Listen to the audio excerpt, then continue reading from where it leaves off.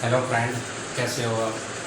जैसा कि मैंने आपको अपनी पहली वीडियो में बताया था कि जितने भी मेरे टॉपिक थे क्यूए क्वेश्चन में कि हम एक एक टॉपिक को स्टेप बाय स्टेप क्लियर करेंगे। तो हमारा इसमें फर्स्ट टॉपिक है आज ओपीएल। ठीक है, आज हम ओपीएल को समझते हैं। ओपीएल एक्चुअल में है क्या, स्टेप बाय स्टेप चलते हैं। इसमें हमारा फर्स्ट पॉइंट है व्हाट इज़ द ओपीएल, कि ओपीएल क्या है। देखिए, ओपीएल को मैं आपको विस्तार से थोड़ा समझाता हूँ डिटेल में। ओपीएल एक हमारा ऐसा फॉर्मेट होता है जिसमें हमारे विजुअल जो इमेजेस होती हैं वो ज़्यादा डिस्प्ले होती हैं। और ओपीएल का हम कहाँ करते हैं, एक ऑपरेटर को ट्रेनिंग देने में, ठीक है, एक ऑपरेटर को किसी प्रोसेस के रिगार्डिंग अवेयर करने में हम उसे ट्रेनिंग देते हैं। ठीक है, तो ओपीएल हमारा एक ऐसा फॉर्मेट होता है कि हम ऑपरेटर को उस प्रोसेस के रिगार्डिंग या उस प्रोसेस में होने वाली मिस्टेक्स के बारे में हम उसे ट्रेनिंग देते हैं, उसे अवेयर करते हैं।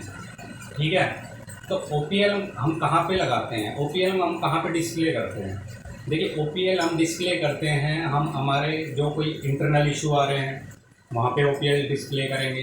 कोई कस्टमर इशू आ गया, कस्टमर के रिगार्डिंग कोई कंप्लेंट आ गई है, कस्टमर ने हमें कोई कंप्लेंट दी है, तो कौन सी कंप्लेंट आई है उस कंडीशन में हम ओपीएल डिस्प्ले करेंगे। ठीक है, ओपीएल हम कौन कौन सी कंडीशन में डिस्प्ले करते हैं मैं आपको एक बार बता देता हूं ताकि आप ओपीएल को अच्छे से समझ सकें।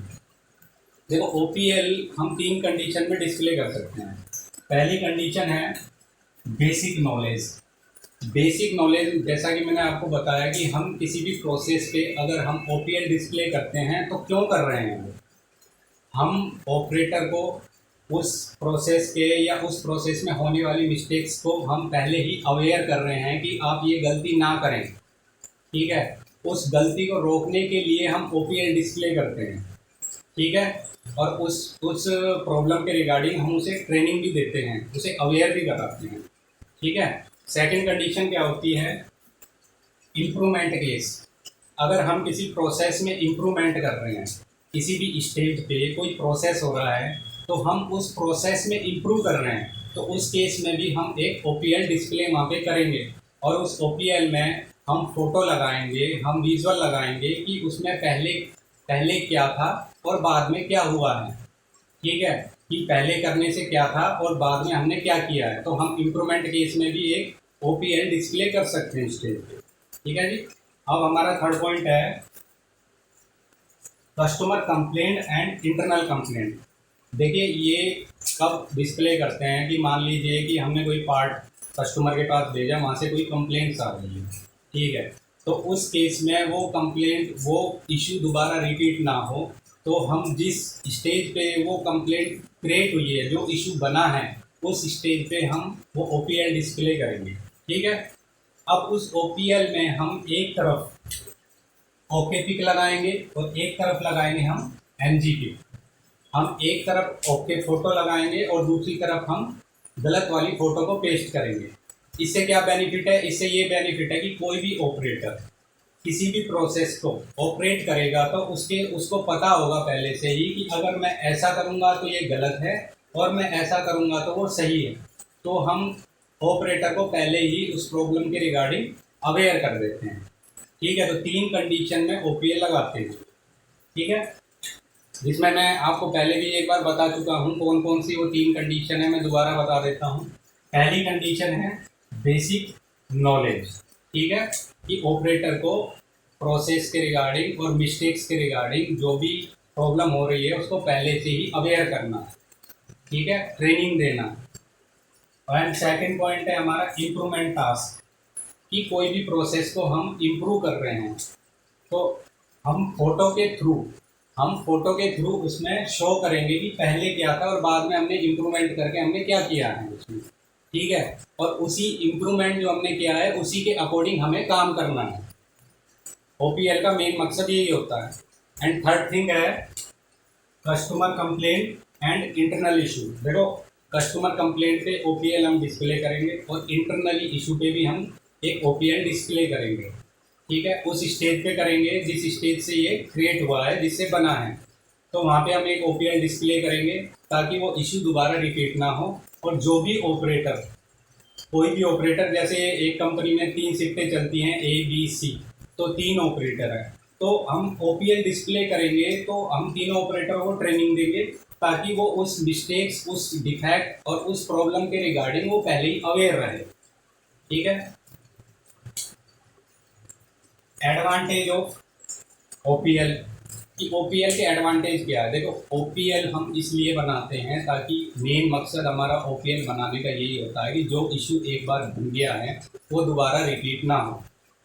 ठीक है। और ओपीएल में हम 80%, 70 से 80% हम फ़ोटो लगाते हैं। फ़ोटो लगाने का रीज़न ये होता है कि अगर मान लीजिए कि कोई ऑपरेटर कम पढ़ा लिखा है तो वो जो लिखा हुआ है ओपीएल में शायद उसे कम समझ पाए, और फोटो के थ्रू, फोटो की सहायता से वो जल्दी समझ में आ जाता है। इसलिए ओपीएल में हम फोटो का इस्तेमाल ज़्यादा करते हैं।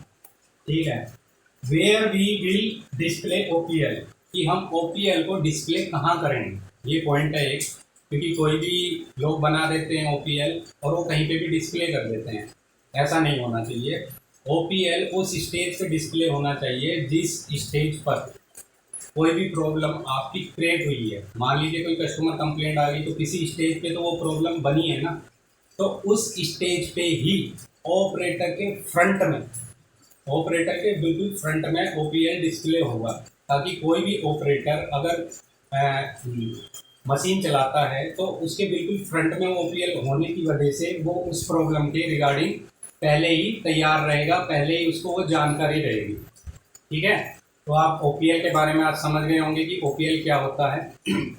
एक चीज़ मैं बता देता हूँ, ओपीएल सिर्फ एक सिंगल पॉइंट पे बनता है, जैसा कि इसमें नाम लिखा हुआ है, 1 पॉइंट लेसन। सिर्फ सिंगल पॉइंट ही ओपीएल में दर्शाया जाता है, इसमें मल्टीपल पॉइंट नहीं आएंगे। ठीक है। अब मैं कुछ आपको एग्जाम्पल के थ्रू समझाने की कोशिश करता हूँ। मान लीजिए कि कोई किसी मशीन पे प्रोसेस हो रहा है। अब ऑपरेटर काम कर रहा है। अब एक पीस बनने के बाद मशीन से बाहर निकालता है। ठीक है। तो उसने वो पीस उठा के वो दूसरी जगह उसको रखना है। अब वो क्या करता है कि जो पीस बनता है हाथों से उठा के वो दूसरी जगह रखने जाता है। अब उस केस में क्या हो सकता है, या तो वो पीस हाथ से छूट भी सकता है, पीस खराब हो सकता है, या पीस अगर हैवी है तो उसके अगर पैर पे या हाथों पे, उंगलियों पे कहीं पे भी चोट लग सकती है अगर पीस छूट गया तो इम्प्रूवमेंट केस में आप क्या दिखा सकते हो, उस स्टेज पे ओपीएल आप डिस्प्ले कर सकते हो कि पहले हम पीस को हाथ से उठा के यहाँ ले जाते थे, और बाद में क्या हुआ कि हमने एक ट्रॉली का यूज़ किया, पीस को ट्रॉली पे आराम से रखा, उसके बाद ट्रॉली की सहायता से हम उसको दूसरी जगह लेके गए, तो हमने क्या किया, इम्प्रूवमेंट। तो वहाँ पे हम ओपीएल में क्या दिखाएंगे कि हम ट्रॉली की सहायता से उस पीस को रखेंगे और उसके बाद वहाँ पे लेके जाएंगे। ठीक है। ये ओके में दिखाएंगे। ठीक है। और एमजी में हम जो गलत फ़ोटो हम जहाँ यहाँ पे पेस्ट करेंगे वो हाथों के साथ पेस्ट करेंगे, और जो ओके फ़ोटो हम पेस्ट करेंगे, इस पर लगाएंगे, वो हम हाथों से उठा के ट्रॉली पे रखते हुए पेस्ट करेंगे। तो उससे हमें ये मालूम पड़ता है कि हमें जो पीस है वो पीस को उठा के और ट्रॉली की मदद से ले जाना है। ठीक है। First example. सेकंड एग्जाम्पल एक और मैं बताता हूँ। सेकंड एग्जाम्पल, मान लीजिए कि आप कोई भी आपके पास बहुत सारे पार्ट हैं, मान लीजिए 2000 या 3000 या 1000 पार्ट है, आपको उसे एक बॉक्स में रखना है।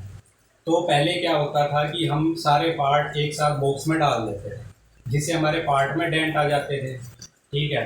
अब उसके बाद हमने उस स्टेज पे एक ओपीएल डिस्प्ले किया कि हमें वो पार्ट एक साथ नहीं डालने, हमने उसे क्रम वाइज और तरीके से लगाने हैं। ठीक है। तो आप ओपीएल में वो फ़ोटो लगाएं कि सही क्या है, क्रम वाइज लगाएं, उनको तरीके से लाइन के हिसाब से लगाएं ताकि उनमें डेंट ना आए। ठीक है। और जो गलत फ़ोटो आप पेस्ट करोगे वो वाली फ़ोटो उसमें लगाओगे जो बंदा ऐसे ही उसमें डाल रहा है, जिसकी वजह से उसमें पार्टों में डेंट आ रहा है। ठीक है। तो आशा है कि आप लोग ओपीएल के बारे में समझ गए होंगे। ठीक है। और ओपीएल में कुछ एक दो पॉइंट और हैं जो मैं बता देता हूँ। ओपीएल होता है यहाँ पे ओपीएल नंबर, जो आप ओपीएल बना रहे हो उसका नंबर चलता है 1 2 3 4। ठीक है। उसके बाद होता है रिवीजन। अगर प्रॉब्लम ये क्रिएट बार बार रिपीट हो रही है तो वहाँ पे आपका, जब आप दोबारा ओपीएल बनाओगे, अपने इम्प्रूवमेंट करके ओपीएल बनाओगे, तो वहाँ पे रिवीजन आ जाएगा। उसके बाद ओपीएल किस डेट में बनाया गया है, ओपीएल किस डेट में बनाया गया है वो आप यहाँ पे लिखोगे। ठीक है, तो ओपीएल बनाने की आप डेट मेंशन करोगे।